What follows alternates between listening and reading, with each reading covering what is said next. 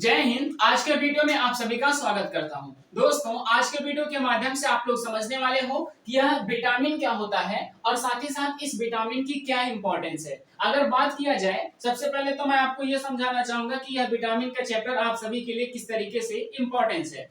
इसका पहला इंपॉर्टेंस ये है कि आप सभी के एग्जाम में आएगा तो पढ़ना आपकी मजबूरी है, समझना आपकी मजबूरी है। समझना पड़ेगा ही, तभी क्वेश्चन आप वहां पे अच्छी तरीके से जाकर के कर पाओगे। दूसरी बात ये है कि यह हमारे हमारे एग्जाम पॉइंट ऑफ व्यू के लिए तो इम्पोर्टेंट है, साथ ही साथ कि यह हमारे दैनिक जीवन के लिए भी बहुत ज्यादा इम्पोर्टेंट है। दैनिक जीवन कहने का मतलब ये है कि आप विभिन्न प्रकार के जो फूड आइटम्स लेते हो उनसे विभिन्न प्रकार के विटामिन आपकी बॉडी में मिलते हैं, और अगर इन विटामिन की कमी होती है तो हमारी बॉडी में बहुत सारी समस्याओं को देखने को मिल जाता है। तो इसलिए हमें अपनी बॉडी को स्वस्थ रखने के लिए, अच्छा रखने के लिए, हेल्दी रखने के लिए हमें इन विटामिन को प्रचुर मात्रा में लेना चाहिए कि जिससे हमारी बॉडी में मैलन्यूट्रिशन की समस्या ना हो। तो आइए हम लोग समझते हैं दोस्तों, यह विटामिन क्या है। सबसे पहले कुछ यही से क्वेश्चंस हम लोग निकालते हैं, क्योंकि यहाँ विटामिन के बारे में, विटामिन से ही कुछ इक्का दुक्का क्वेश्चंस कभी कभी पूछ लिए जाते हैं। जैसे पहला क्वेश्चन ये पूछता है कि बताइए विटामिन कार्बनिक है कि अकार्बनिक है। तो आप बताइएगा कि विटामिन जो है यह कार्बनिक पदार्थ होता है। कैसा पदार्थ होता है? कार्बनिक पदार्थ। कार्बनिक पदार्थ का मतलब क्या होता है? Organic material.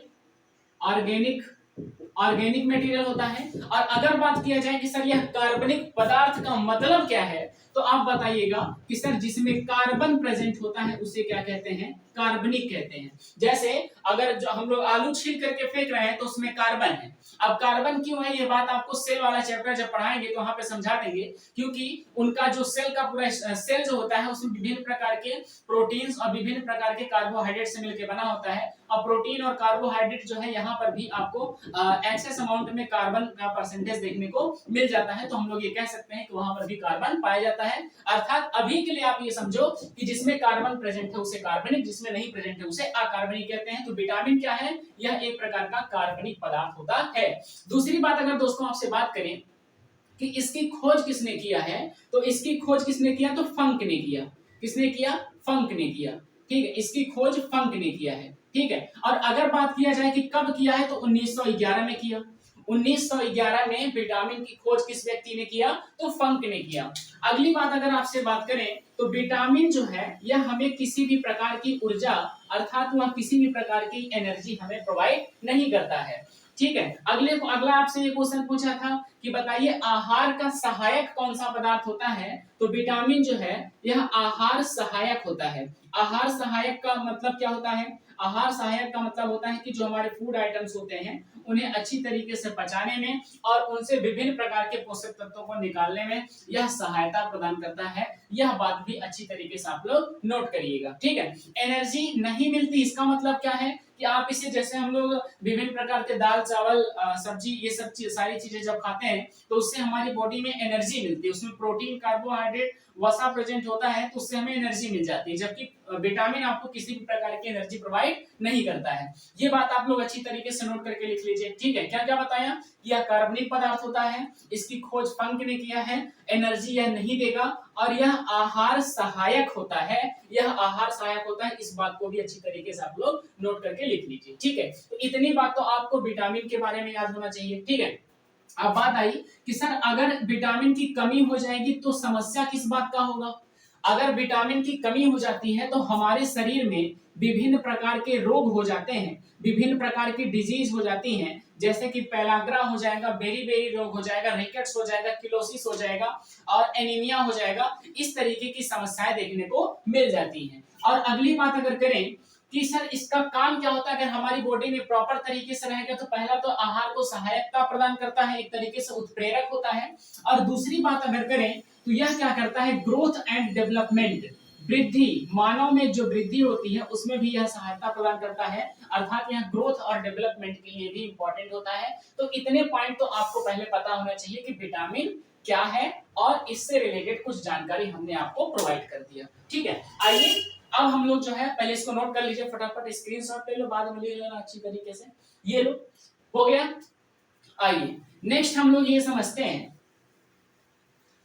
अगली जानकारी जो यहां से निकल के आएगी वो ये है कि विटामिन को दोस्तों हम लोग क्या करते हैं? क्लासिफाई करते हैं। देखिए जरा ध्यान से, विटामिन को हम लोग क्या करेंगे, क्लासिफाई करेंगे। तो विटामिन को कुल 2 भागों में बांटा जाता है। कितने भागों में? 2 भागों में।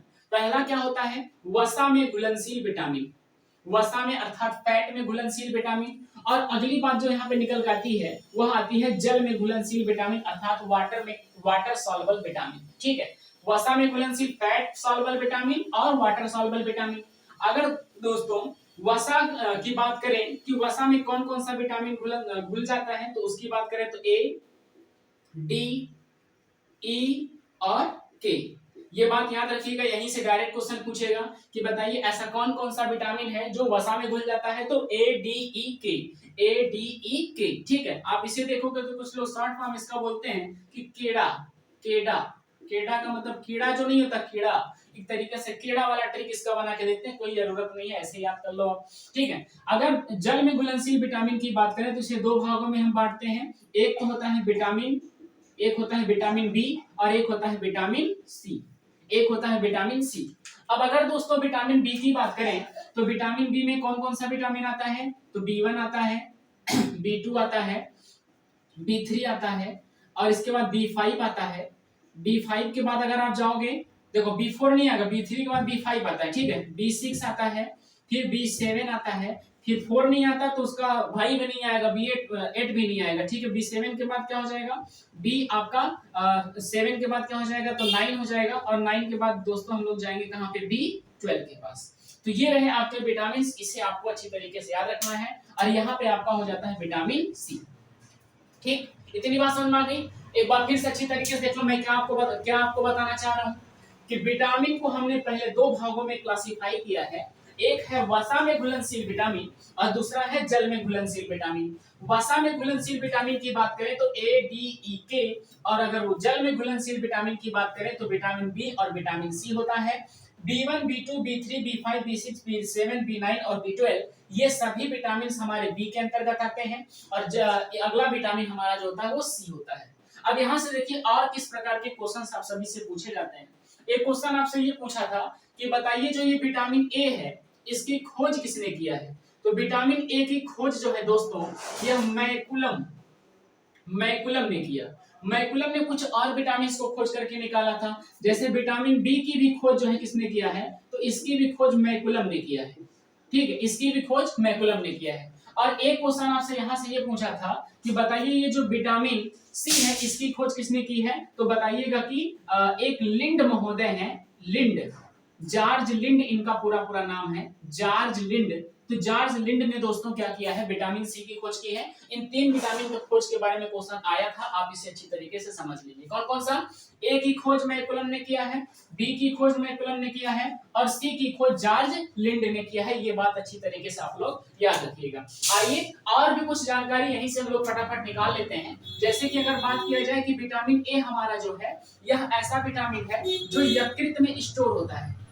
एक ऐसा विटामिन जो यकृत में स्टोर होता है उसे क्या कहेंगे, उसे हम ए कहते हैं। अगर ई की बात करें दोस्तों तो यह क्या होता है, यह ब्यूटी विटामिन होता है। कौन सा विटामिन, ब्यूटी, सुंदरता वाला विटामिन कौन सा है, तो विटामिन ई है। ठीक है, अगली बात अगर यहाँ से किया जाए, यहाँ पे भी कुछ जानकारी आपको याद रखनी है। कौन कौन सा, एक है B2, तो B2 को दोस्तों हम लोग क्या कहते हैं, पीला विटामिन, क्या कहते हैं, B2 को हम लोग पीला विटामिन कहते हैं। और B6 की अगर बात करें तो यह स्वप्न वाला विटामिन है, स्वप्न वाला विटामिन है। स्वप्न वाला विटामिन का मतलब ये होता है कि B6 अगर आपकी बॉडी में अच्छी मात्रा में है तो आपको जो स्वप्न है रात में जो आते हैं, ठीक, उन स्वप्न को ज्यादा देर तक आप अच्छी लंबे समय तक थोड़ा सा उसे याद रखोगे, तो ये B6 वाला है। अगली बात यहाँ से आपसे क्वेश्चन पूछता है कि B12 में क्या पाया जाता है, तो याद रखिएगा इसमें कोबाल्ट पाया जाता है। B12 में क्या पाया जाता है, कोबाल्ट पाया जाता है। एक क्वेश्चन आपसे ये पूछता है कि बताइए घाव में भरने वाला कौन सा विटामिन है, घाव भरने वाला विटामिन, तो बताइएगा कि विटामिन सी जो है यह घाव को भरने वाला विटामिन है, घाव भरने वाला विटामिन, घाव भरने वाला विटामिन। ये कुछ छोटी छोटी जानकारियां हैं जो हम आपको फ्लो चार्ट जब बनाएंगे तो वहां तो बता ही देंगे, साथ ही साथ यहीं पे नोट कर लो। तो एक आपके पास ये फ्लो चार्ट रहेगा तो जिसमें आपसे ये क्वेश्चन पूछेगा कि बताइए B12 में क्या होता है, तो कोबाल्ट होता है। स्वप्न वाला विटामिन कौन सा है, तो B6 है। पीला विटामिन कौन सा है, तो B2 है। घाव भरने वाला विटामिन विटामिन C है। खोज किसने किया, जॉर्ज रेंड ने किया। ये जानकारी आप अच्छी तरीके से याद रखिएगा, ठीक है। एक क्वेश्चन और सुनिए जरा ध्यान से। एक क्वेश्चन आपसे इस तरीके से पूछता है कि बताइए ऐसा कौन सा विटामिन है जो शरीर में स्टोर नहीं रहता है, मतलब आप लोगे और लेने के बाद क्या होगा कि टॉयलेट के थ्रू वह बाहर निकल जाएगा। तो आप ये वाली पूरी लिस्ट देख रहे हो, यह जो है आपकी बॉडी में स्टोर नहीं होता है। क्यों? क्योंकि यह जल में घुलनशील है और जो जल में घुल जाता है तो वह जल के माध्यम से बाहर भी निकल जाएगा। तो आपसे क्वेश्चन एक बार पूछा था कि बताइए निम्न में से ऐसा कौन सा विटामिन है जो शरीर में स्टोर नहीं होता, और उसमें ऑप्शन में था विटामिन सी। तो याद रखिएगा विटामिन सी हमारी बॉडी में स्टोर नहीं होता, यह सीधा सीधा क्या करता है, पानी के थ्रू टॉयलेट के माध्यम से यह बाहर निकल जाता है। तो यहाँ पे ये जानकारी फटाफट पहले आप लोग अच्छी तरीके से नोट कर लो। उसके बाद हम आपको पहले वसा में घुलनशील विटामिन बताएंगे और फिर हम लोग जल में घुलनशील विटामिन का पूरा पूरा एक फ्लो चार्ट अच्छी तरीके से देखेंगे और समझेंगे। चलिए इसको फटाफट पहले आप लोग नोट करिए, इसको फटाफट नोट करिए तो फिर हम लोग आगे बढ़े। चलिए आइए अब हम लोग जो है एक फ्लो चार्ट बनाते हैं, किसका, अब हम लोग जो है सबसे पहले वसा में घुलनशील विटामिन को देखते हैं कि वसा में घुलनशील विटामिन कौन कौन से हैं। देखिए अगर दोस्तों बात करें कि ये जो वसा में घुलनशील विटामिन है तो क्वेश्चन आ किस तरीके से सकते हैं, कितने टाइप से क्वेश्चन और किस तरीके से क्वेश्चन पूछा जा सकता है, तो वो बात आप समझिए। देखिए आप जब विटामिन को पढ़ने जाओगे, यहां मैं समझा दे रहा हूं, तो ये जो विटामिन हैं, विटामिन से क्वेश्चन कैसे पूछेगा कि विटामिन का नाम, कौन कौन सा विटामिन है, यह किस कैटेगरी में आता है, वसा में घुलता है कि जल में घुलता है, पहले ये समझ लीजिएगा। दूसरी बात, यहां से केमिकल नेम से क्वेश्चन आता है, केमिकल नेम, रासायनिक नाम, विटामिन के क्या कौन कौन सा रासायनिक नाम है। और साथ ही साथ आपसे ये क्वेश्चन पूछता है कि इन अगर ये आपको मतलब कि मान लीजिए कि किसी प्रकार का विटामिन अगर उसकी कमी हो जा रही है तो आपसे ये पूछेगा कि बताइए किस प्रकार का रोग हो जाएगा। और अगर थर्ड नंबर की बात करें तो आपसे स्रोत, सोर्सेस से क्वेश्चन पूछता है, सोर्सेस से क्वेश्चन पूछता है कि बताइए ये विटामिन अगर हमारी बॉडी में कम हो रहा है तो हमें किस प्रकार के सोर्सेस को लेना चाहिए। ठीक है, यहां से क्वेश्चन आप सभी से पूछा जाता है। तो ये बात अच्छी तरीके से याद रखिएगा, इन्हीं पॉइंट्स पे फोकस करिएगा जिससे आपका काम बन जाए। तो सबसे पहले अगर बात किया जाए कि वसा में घुलनशील विटामिन कौन कौन से होते हैं हमारे, तो ए होता है, डी होता है, ई होता है और के होता है। यही चार विटामिन है जो हमारे वसा में घुलते हैं। आइए पहले हम इनका एक अच्छी तरीके से पूरा फ्लो चार्ट बना लेते हैं। देखिए जरा ध्यान से, यहाँ पे एक तरफ मैं यहाँ पे लिख दे रहा हूँ विटामिन, विटामिन, ठीक है, और दूसरे वाले में लिख दे रहा हूं रासायनिक नाम, रासायनिक नाम, ठीक है। तीसरे वाले में मैं ये लिखना चाहूंगा कि रोग कौन सा होगा, और चौथे में दोस्तों मैं यहाँ पे आपको इनके स्रोत अर्थात सोर्सेस को बताऊंगा कि आप ये चीज लोगे तो आपको ये विटामिन फुलफिल हो जाएगा आपकी बॉडी में। ठीक है, तो ये चीज आपको यहाँ पे मैं समझा दे रहा हूँ। इसी फ्लो चार्ट को ही आपको अच्छी तरीके से याद रखना है। विटामिन की बात करें तो विटामिन ए है, विटामिन डी है, विटामिन ई है और विटामिन के। ये बात समझ गए आप, ए डी ई के, यही विटामिन पहले हम लोग देखेंगे। अब बात है कि सर इनका रासायनिक नाम हमें जल्दी याद नहीं होता है। ठीक है, तो रासायनिक नाम के लिए दोस्तों आप एक ट्रिक याद रखिए। कौन सी ट्रिक है हमारी, ऋतु, कल, टमाटर, फेरो, ऋतु कल टमाटर फेरो, ऋतु कल टमाटर फेरो, आज दुकान बंद हो गई है। ये बात याद रखना, ऋतु कल टमाटर फेरो, तो ऋतु है, कल है, टमाटर है, फेरो है। जरा देखो ध्यान से, तो ए का रासायनिक नाम अगर बात करें तो क्या हो जाएगा, रेटिनाल, रेटिनाल, ठीक है। और अगर दोस्तों डी की बात करें तो कल, कल का मतलब क्या हो जाएगा, कैल्सीफेरॉल, कैल्सीफेरॉल, ठीक है। और इसके बाद अगर बात करें ई की तो ये हो जाएगा टोटोफेरॉल, टोटोफेरॉल, ठीक है। और लास्ट वाला बात करें तो क्या हो जाएगा आपका फिलिप्पिनोन, फिलिप्पिनोन, ये फिलिप्पिनोन है, ठीक है, फिलिप्पिनोन। बात समझ रहे हो कि नहीं, क्या क्या है, रेटिनॉल, कैल्सीफेरॉल, टोटोफेरॉल और इसके बाद क्या हो जाएगा फिलिक्विनोन। तो ये रासायनिक नाम आपको याद हो जाएंगे। क्लियर हो गया, यहाँ तक सारी बातें क्लियर है। चलिए अगली बात हम लोग ये समझते हैं कि सर इनसे कौन कौन सा रोग हो जाएगा। रोग देखिए जरा दोस्तों, तो रेटिनॉल की कमी से क्या हो जाता है नाइट ब्लाइंडनेस, जिसे आप लोग रतौंधी कहते हो, रतौंधी, रतौंधी हो जाएगा। और एक समस्या और होता है ड्राई आई का, ड्राई आई, जैसे हम लोगों का आंख जो है क्या होता है भीगा भीगा रहता है ना बढ़िया तरीके से, क्योंकि ऊपर से एक मॉइस्चर टाइप का लिक्विड रहता है, जबकि इसमें क्या होगा कि आंख हल्का हल्का सूखा सूखा समझ में आएगा, तो बड़ी समस्या होने लगेगी।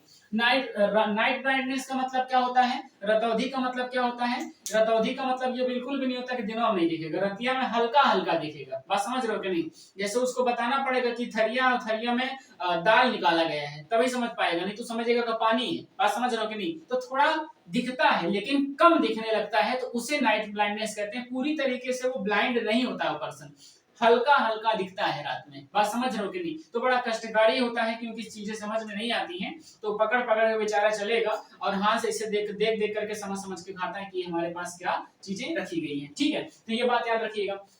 ठीक है, अब देखिए विटामिन डी हमारा जो है कैल्सीफेरॉल, तो कैल्सीफेरॉल की दोस्तों अगर बात करें तो कैल्शियम जो होता है हमारी हड्डियों के लिए और दांतों के लिए अच्छा होता है। तो आपके बॉडी में अगर कैल्सीफेरॉल विटामिन डी की कमी हो जाती है, तो विटामिन डी की जैसे ही आपकी बॉडी में कमी होगी, तुरंत आप याद रखिएगा कि आपकी हड्डियां कमजोर हो जाएंगी। आपकी हड्डियां क्या हो जाएंगी, कमजोर हो जाएंगी। तो इस रोग को क्या कहते हैं, रिकेट्स कहते हैं, रिकेट्स। हड्डियां कमजोर हो जाएंगी, बात समझ रहे हो कि नहीं, हड्डियां आपकी कमजोर हो जाएंगी। ठीक है, अब दूसरी बात यह है कि बच्चों में ये रिकेट्स हो जाता है, तो हड्डी कमजोर हो जाएगी, देखो उससे पैर घूम जाएगा। ठीक है, इतनी हड्डियां कमजोर हो जाएंगी कि उसका पैर और देखोगे तो ऐसे फैला लेगा, वो छोटा छोटा जो लड़का लोग होता है। ठीक है, और अगला इसमें बात करें तो एक ऑस्टियोलाइसिस होता है, एक रोग होता है जिसे हम लोग कहते हैं कि ऑस्टोमलेशिया, ऑस्टोमलेशिया, ऑस्टोमलेशिया, ऑस्टोमलेशिया। ये भी जो है हड्डियों से ही संबंधित रोग है, लेकिन ये एडल्ट में होता है, यह एडल्ट में होता है। कुल मिला के आपको क्या याद रखना है कि सर अगर हमारी बॉडी में विटामिन डी की कमी हो गई, तो विटामिन डी का मतलब एक तरीके से कैल्शियम पे जाओ, कैल्शियम को पकड़ो तो इससे नाम याद है कैल्सीफेरॉल, और कैल्सीफेरॉल की समस्या हुई तो आपको क्या हो जाएगा, रिकेट्स, हड्डियां कमजोर होंगी, और साथ ही साथ एक एडल्ट में रोग होता है जिसे कहते हैं ऑस्टोमेलेशिया। ये बात भी आप अच्छी तरीके से याद रखिएगा। ठीक है, अगली बात कि सर अगर हमारी बॉडी में ये टोटोफेरॉल की कमी हो गई तब क्या होगा। टोटोफेरॉल दोस्तों अगर कम हो गया तो इसे हम लोग किस नाम से जानते हैं, जरा उस वाले फ्लो चार्ट को देखो, तो वहां पे लिखा था ब्यूटी विटामिन। ब्यूटी विटामिन का मतलब क्या है कि अगर आपकी बॉडी में टोटोफेरॉल कम हो जाएगा तो जल्दी बुढ़ापा आ जाएगा, जल्दी आप बुढ़ापे के शिकार हो जाओगे, जल्दी आप बुढ़ापे के शिकार हो जाओगे, स्किन रिलेटेड समस्याएं आपकी बॉडी में देखने को मिल जाएगा, और साथ ही साथ जो गर्ल्स फर्टिलाइजेशन वाली जो समस्या है, जो फीमेल में फर्टिलाइजेशन वाली समस्या है, फर्टिलाइजेशन फर्टिलाइजेशन वाली जो समस्या है गर्ल्स में, वो भी आ जाएगी। ठीक है, तो ये बात आप याद रखिएगा कि जल्दी बुढ़ापा आएगा, स्किन की समस्याएं हो जाएंगी, फर्टिलाइजेशन की समस्याएं हो जाएंगी। ठीक है, हम उन सभी बहनों को ये समझाना चाहेंगे जो दुनिया भर का क्रीम व्रीम पतोर के आती हैं, उनके लिए ये है कि आप विटामिन ई के सोर्सेस पे जाओ, उनको अपनी बॉडी में एक्सेस अमाउंट में लो, तो आपको ऑटोमेटिक सुंदर दिखोगी। बात समझ रहे हो कि नहीं, आप लोग ये सोचते हो कि दुनिया भर का क्रीम पतोर लेंगे तो हम बड़ा सुंदर दिखेंगे, नहीं दिखोगे। विटामिन ई को पढ़ो, और यहाँ पे जाकर के भी सोर्सेस बताएंगे, तो उन सोर्सेस को जाकर के अच्छी तरीके से अपनी बॉडी को दो, तो आप ऑटोमेटिक अच्छा दिखोगे। और जो भगवान ने आपको बना दिया है, जिस तरीके से आपको माता पिता आपको पैदा किया, बस वैसे रहो, बाकी बहुत ज्यादा अपने अंदर चेंजेस करोगे तो समस्या आ जाएगी। ठीक है, अगली बात करते हैं फिलिक्विनोन की। तो अगर हमारी बॉडी में फिलिक्विनोन की समस्या होती है तब क्या होगा, तो फिलिक्विनोन की अगर दोस्तों आपकी बॉडी में समस्या होती है तो होता क्या है कि इसमें रक्त, ब्लड क्लोटिंग, ब्लड क्लोटिंग, रक्त थक्का नहीं बनता, रक्त थक्का,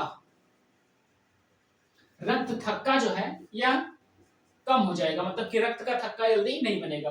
रक्त थक्का का मतलब क्या है, जैसे मान लीजिए चोट लग गया, तो चोट जब लग जाता है तो हम लोग उसको दबाए रहते हैं कुछ देर तक, और फिर छोड़ देते हैं तो वो थक्का बना लेता है, क्लोट हो जाता है, तो क्लोट हो जाता है तो हमारा खून बंद हो जाता है। अगर ये आपकी बॉडी में कम हो जाएगा तो इसमें इससे क्या समस्या होगा, तो इससे समस्या यह होगा कि ब्लड क्लोटिंग जो है वो थोड़ा सा रुक जाएगा, और उसमें जो है समस्या होने लगेगा कि ज्यादा देर तक खून का बहाव आपकी बॉडी में बना रहेगा। ये बहुत ही इंपॉर्टेंट है, ये वाला टेबल पूरा पूरा याद रखिए रासायनिक नाम का, और रोगों वाला टेबल आपको अच्छी तरीके से याद रखना। यहाँ से बहुत ज्यादा क्वेश्चन आपसे पूछे जाते हैं कि रेटिनॉल की अगर समस्या हुई तो कैसा रोग, रतौंधी हो जाएगा। कैल्सीफेरॉल की समस्या हुई तो कैसा रोग, रिकेट्स और ऑस्ट्रोमेलेशिया हो जाएगा। टोटोफेरॉल की समस्या हुई तो जल्दी बुढ़ा जाओगे, ये ब्यूटी विटामिन है, ठीक है। और अगर के की समस्या आपकी बॉडी में होती है तो ब्लड क्लोटिंग और साथ ही साथ रक्त थक्का की समस्या आपकी बॉडी में देखने को मिल जाएगा। फटाफट इसको आप लोग नोट करो, और ये ट्रिक भी जरूर याद रखना। ये ट्रिक आपको बता देगी कि इनके नाम क्या है। जैसे ऋतु का मतलब रेटिनॉल, कल का मतलब कैल्सीफेरॉल, टमाटर का मतलब टोटोफेरॉल, और फेरो का मतलब क्या हो जाता है, फिलिक्विनोन। ये बात भी अच्छी तरीके से आप लोग याद रखिएगा। चलिए इसे फटाफट आप लोग नोट कर लीजिए, ये चीजें आप लोग फटाफट नोट कर लो। चलो अब हम लोग आते हैं इनके सोर्सेस पे। देखो भाई, सोर्सेस का मतलब क्या है कि जब आप पूरे सोर्सेस को पढ़ोगे, अभी तो मान लो मैं 4 सोर्सेस आपको बताऊंगा, ठीक है, फिर उसके बाद हम लोग B1 B2 B3 B5 वहां पे जाएंगे तो बहुत ज्यादा सोर्सेस हमारे पास मिल जाते हैं। तो जब मैं सोर्सेस को देख रहा था तो उसमें लगभग लगभग कुछ चीजें कॉमन है, जैसे कि आप अपनी बॉडी को प्रॉपर तरीके से फल समय समय पे खा लो, ठीक है। फल के बाद हरी सब्जियों का प्रयोग करो, जो हरी सब्जियां हैं, ग्रीन वेजिटेबल्स जो हैं, इनका प्रयोग करो अच्छी तरीके से, ठीक है। और साथ ही साथ और क्या करो, और फूड वैरायटी रखो, फूड आइटम्स हमारे जो हैं उनमें थोड़ा विविधता लाओ, उनमें चेंजेस लाओ। कुछ लोग एक ही चीज झोंके रहते हैं दुनिया भर का, तो समस्या हो जाता है। तो इस बात को याद रखो कि फूड आइटम्स में थोड़ा सा विविधता लाओ, डाइवर्सिटी, भिन्नता लाओ, और हरी सब्जियों को लो और फल खाओ। अब बात आई कि सर यहाँ से सोर्सेस से किस प्रकार का क्वेश्चन पूछता है। देखो, एक क्वेश्चन आपसे ये पूछा था कि बताइए कि हमारा जो ये सोर्स है, अब सोर्सेस में क्या है, फल खाओ, सब्जी खाओ, मुर्गा खाओ, मीट खाओ, अंडे खाओ, दूध खाओ, सब एक तरफ से समझ लो। लेकिन जहां से क्वेश्चन पूछता है वो चीज मैंने आपको बताने की कोशिश में कर रहा हूं, उसे आप पकड़ के रखिएगा। जैसे एक बार एक क्वेश्चन पूछा था कि बताइए आम जो है, आम में किस प्रकार का विटामिन प्रचुर मात्रा में होता है, तो बताइएगा विटामिन ए, ठीक। आम को पकड़ के रखिए, क्या, आम पकड़ के रखिएगा, ठीक है। अब बाकी का हरी सब्जी, फल, दुनिया भर के चीज पकड़ लो, ठीक है। डी की बात करें तो भैया सूर्य की रोशनी,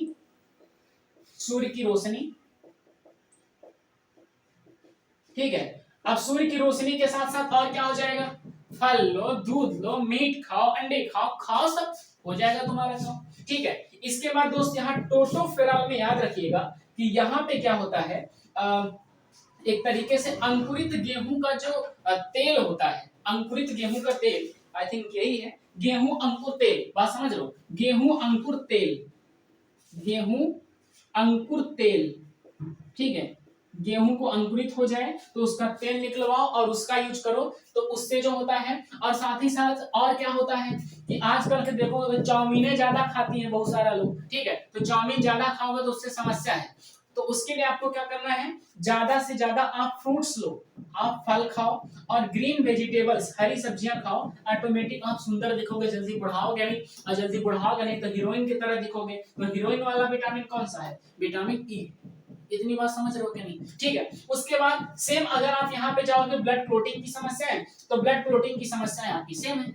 मैं आपको देखो क्या सोर्सेस को मैं किस तरीके से इलिमिनेट कर रहा हूँ, सारी चीजों को कैसे हटा रहा हूँ। मेरा कहने का मतलब ये है कि सोर्सेस में आप देखोगे तो हर सोर्स में क्या रहेगा, मीट रहेगा, अंडे रहेंगे, दूध रहेंगे, और इसके बाद आप बात करोगे तो फल रहेगा, सब्जी रहेगा, ये सारी चीजें रहेंगी। लेकिन कुछ चीजें कॉमन है। अब कॉमन का मतलब क्या है, जैसे पूछा था कि आम के बारे में, तो आम थोड़ा सा पकड़ के रखिए, ठीक है। सूर्य की रोशनी से याद रखिएगा कि हमें विटामिन डी मिल जाता है। गेहूं अंकुर तेल, हरी सब्जी, ये सब याद रखिएगा तो विटामिन ई की है। और अगर बात करें हम यहाँ पे के की, फिलिक्विनोन की, तो फिलिक्विनोन में आपको क्या क्या मिल जाता है, इसमें भी आपको पालक, दूध, खीरा, सोयाबीन, गोभी, खाओ सब दुनिया भर का चीज, ठीक है। तो इससे आपको ये सारी चीजें मिल जाएंगी। तो कुल सोर्सेस को देख करके हमें ये समझ में आ रहा है कि सर हमें विभिन्न प्रकार के ग्रीन वेजिटेबल्स, विभिन्न प्रकार के फ्रूट्स, और साथ ही साथ फूड आइटम्स को, हमें अलग अलग फूड आइटम्स को हर दिन जो है किसी तरीके से कोशिश करके लेना चाहिए। साथ ही साथ मिल्क लो, मीट खाओ, चिकन खाओ। जो लोग इस तरीके के सेवन भक्षी लोग हैं वो सब इन सारी चीजों का यूज करते रहे। बात समझ गए क्या? तो ये पूरा पूरा आपका टेबल रहा, इसे अच्छी तरीके से बनाइए और अच्छे से लिख लीजिए। यहाँ से बार बार क्वेश्चन आप सभी से पूछा जाए। जल्दी बना लो इसको, फटाफट इसको फटाफट बना लो भैया, फिर इसके बाद हम लोग अगले टेबल पे चलते हैं। इसको दनादन बनाओ। अभी सिर्फ आप लोग जो है 4 विटामिन के बारे में समझ पाए। बनाओ फटाफट इसको।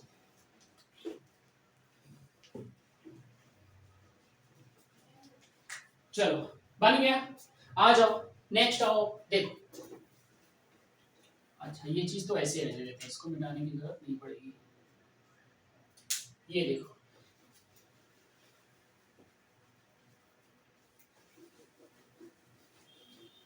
अब दोस्तों हम लोग जो है अगले टेबल पे आएंगे, और अगला टेबल हमारा क्या है, जल में घुलनशील विटामिन, है ना भाई, जल में घुलनशील विटामिन। चलिए आइए अगला हेडिंग डालिए आप सभी लोग, जल में घुलनशील विटामिन, जल में घुलनशील विटामिन। आइए इसको भी हम लोग समझ लेते हैं।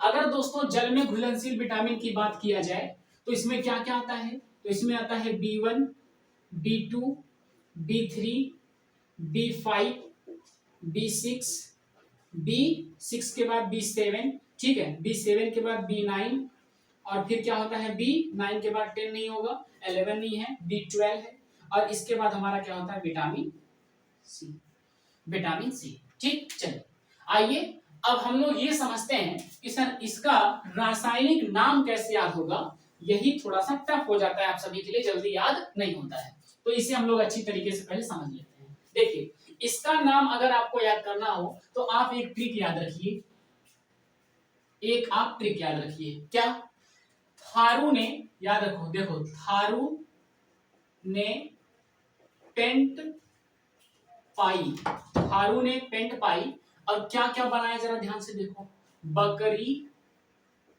फल और साइना, साइना बनाई, साइना बनाई। ठीक है, चीजें समझ में आ रही कि नहीं, चलो यार, चलो समझ में यही समझा दे रहा हूं। देखो थारू ने पेंट पाई, बकरी, फल, साइना बनाई, काम खत्म, सारे आपको रासायनिक नाम याद हो जाएंगे। फिर से सुनो, थारू ने पेंट पाई, बकरी, फल, साइना बनाई, 3-4 बार बोलो, याद हो जाएगा। इससे पहला वाला क्या था, ऋतु कल टमाटर फेरो, ऋतु कल टमाटर फेरो। दूसरा वाला क्या है, थारू ने पेंट पाई, बकरी, फल, साइना बनाई, काम खत्म। अब यहाँ पे देखिए किस तरीके से आपको याद करना है, मैं जिस पे डैश मारूंगा वही उसी का नाम आपको यहाँ पे बस लिख लेना है अच्छी तरीके से, ध्यान से देखिए। पहले था है, फिर रू है, न है, फिर इसके बाद पेंट है, पाई है, बकरी है, फल है, फिर साइना है, बनाई तो ऐसे मैंने लिख दिया है, इसका ट्रिक नहीं इसमें। ठीक, चलो आइए इसको देखते हैं। तो था का मतलब यहाँ पे B1 का क्या हो जाएगा, थायमीन, थायमीन, थायमीन, ठीक है। अच्छा रू का मतलब क्या हो जाएगा, राइबोफ्लोविन, राइबोफ्लेविन, राइबोफ्लेविन, ठीक है। न से क्या हो जाएगा, निकोटीन,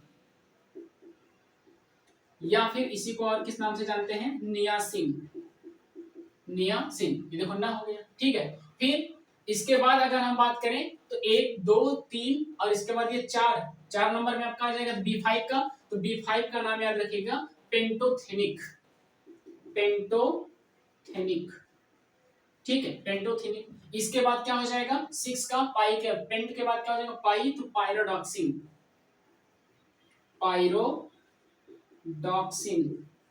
ठीक है। पायरोडॉक्सिन के बाद अगला बढ़िए, बस से क्या हो जाएगा, तो बस से आपका हो जाएगा बायोटीन, बायोटीन। फिर अगला क्या हो जाएगा, फोलिक, फोलिक, फोलिक हो गया। और इसके बाद इसके बाद क्या हो जाएगा लास्ट में, साइनोकोबाल्मिन, साइनोकोबाल्मिन, साइनोकोबाल्मिन। ये देखिए सारा नाम क्लियर हो गया।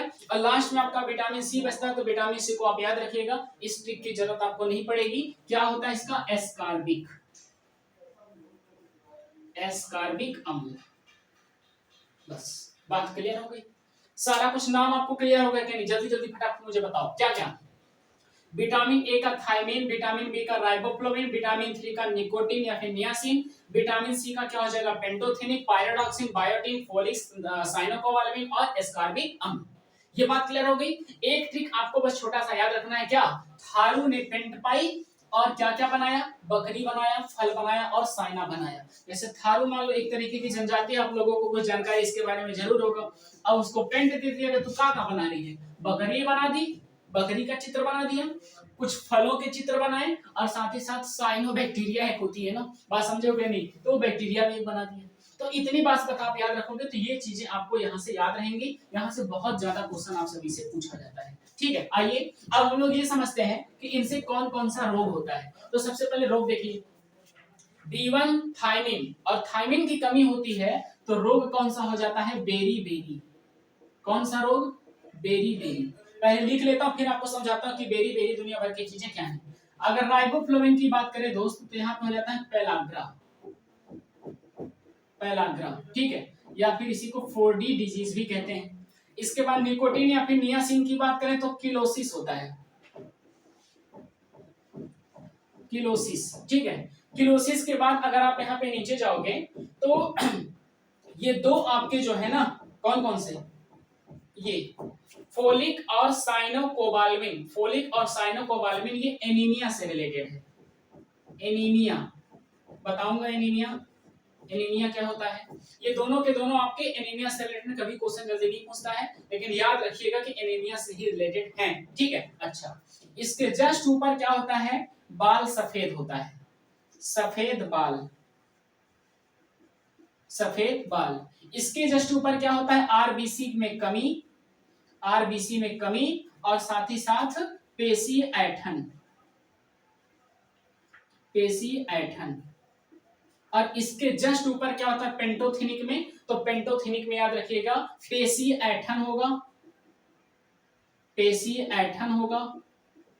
और क्या होगा, और बाल पक जाएंगे, बाल पक जाएंगे और बुढ़ापा भी आएगा, बाल भी पकेंगे और स्किन रिलेटेड भी समस्याएं आपको यहाँ पे देखने को मिलती है, ठीक है। तो ये रहा सभी का सब पूरा पूरा मैंने रोग लिख दिया। और एक रोग आपका और जो बचता है वह एस्कार्बिक अम्ल है। एस्कार्बिक से एस्कर्वी हो जाता है, स्कर्वी रोग। और स्कर्वी रोग के बारे में आप सभी को जानकारी कुछ ना कुछ जरूर होगा।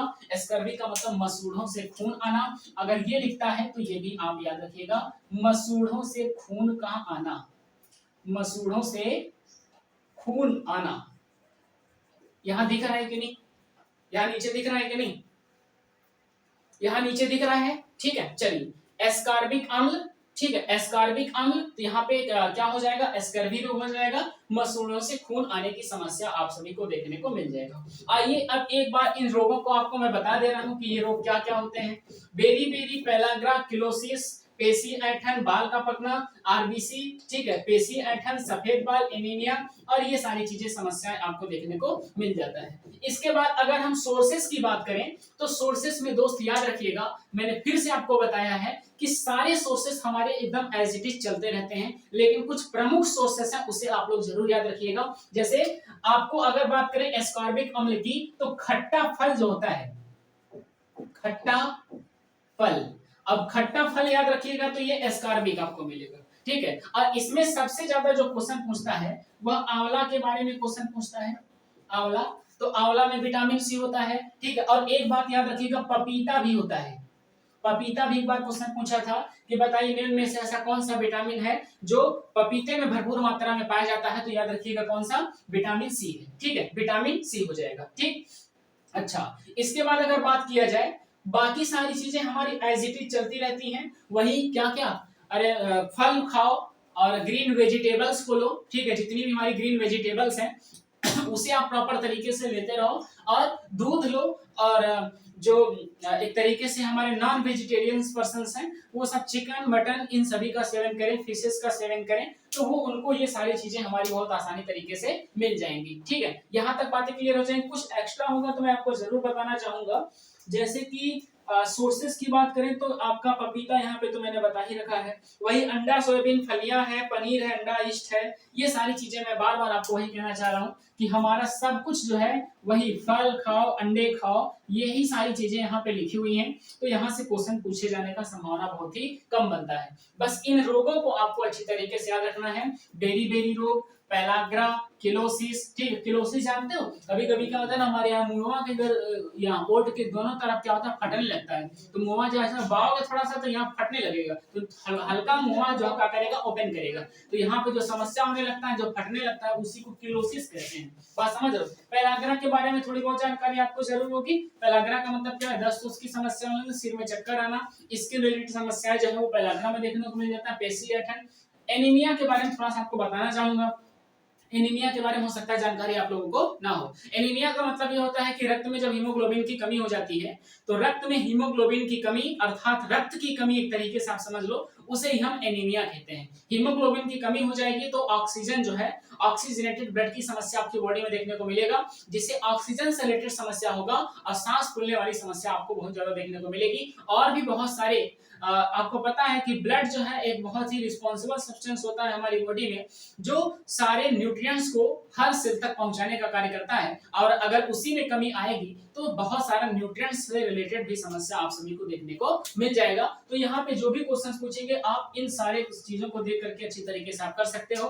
घाव भरने वाला विटामिन मैंने आपको पहले बता चुका हूँ कि घाव भरने वाला विटामिन सी होता है। कोबाल्ट विटामिन सी में पाया जाता है। B2 हमारा पीला विटामिन होता है, ठीक है। विटामिन B6 हमारा जो है स्वप्न वाला विटामिन होता है, और साथ ही साथ इनके रासायनिक नाम को भी आपको अच्छी तरीके से याद रखना है, ठीक है। इतनी बातें आपको समझ में आ गई, यहाँ तक सारी चीजें क्लियर हो गई। तो ये रहा आपका पूरा पूरा विटामिन, जिसमें आपने समझा कि जल में कौन कौन से विटामिन घुलनशील होते हैं और वसा में कौन कौन सा घुलनशील विटामिन होता है। साथ ही साथ हमने आपको ये बताने की कोशिश की कि इनके सोर्सेस को आप किस तरीके से समझोगे। सोर्सेस का मतलब आपको यही समझ में आया होगा कि हमें विभिन्न प्रकार के फूड आइटम्स और साथ ही साथ फ्रूट्स और ग्रीन वेजिटेबल्स को अपने खाने में यूज करना चाहिए, जिससे कि हमारी बॉडी में इस तरीके की कोई समस्या ना हो पाए, ठीक है। मिलते हैं आप सभी से नेक्स्ट वीडियो में, तब तक के लिए सभी को